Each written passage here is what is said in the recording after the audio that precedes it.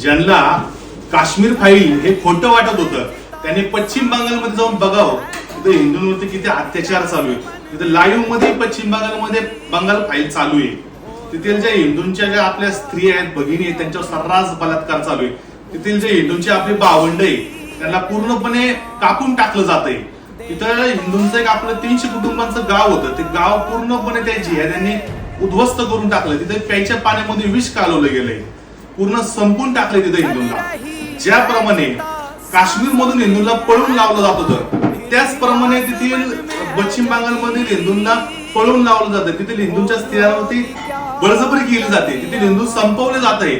तुम्हाला वाटत असेल की हे पश्चिम बंगाल चालू आहे, आपल्याला काय करायचंय, पण लक्षात राहून दे ही वेळ कधी आपल्या दारामध्ये हे समजणार नाही, कळणार सुद्धा नाही तुम्हाला. एवढे तिथं हिंदूंना संपवलं जात आहे, तिथील हिंदूंना फार त्याच्या स्त्रियांवरती बलात्कार केला जातो. तरी तिथील ममता बॅनर्जी या गप आहेत, त्यांचं एक गप राहणं हे किती निर्दयी आणि कपटी आहे हे दिसत आहे. आम्हाला फक्त मोदीजींकडूनच अपेक्षा आहे की तिथील हिंदूंना वाचवा. जय भवानी, जय शिवराय.